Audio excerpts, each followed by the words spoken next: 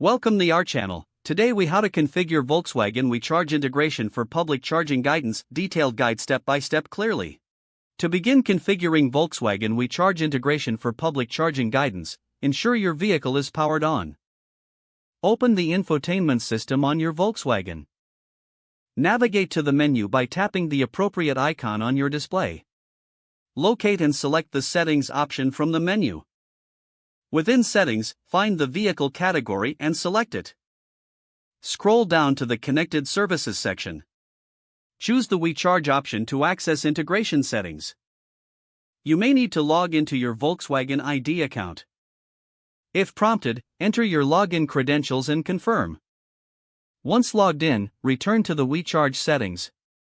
Turn on the We Charge integration feature, typically indicated by a toggle or checkbox.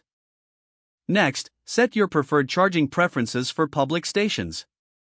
Select charging locations and tap to view available charging networks. Choose a charging network that suits your needs. Adjust any additional settings, such as payment methods, if required. After configuring your preferences, save your changes. Now head back to your main screen and locate the navigation feature.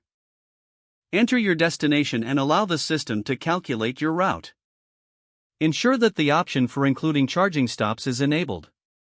Review the suggested route with charging locations integrated. As you drive, follow the navigation prompts for charging guidance. The system will notify you when it's time to stop for charging. Keep an eye on the charging status displayed on your infotainment screen. Once at the charging station, follow the prompts for initiating the charging session. After charging is complete, continue your journey with confidence. That's how you configure Volkswagen We Charge integration for public charging guidance. By following these steps, you'll ensure a smooth and efficient experience at public charging stations. If the page does not load, refresh the browser or try again in a private or incognito window. Don't forget to like this video and subscribe to our channel for more step-by-step tech guides.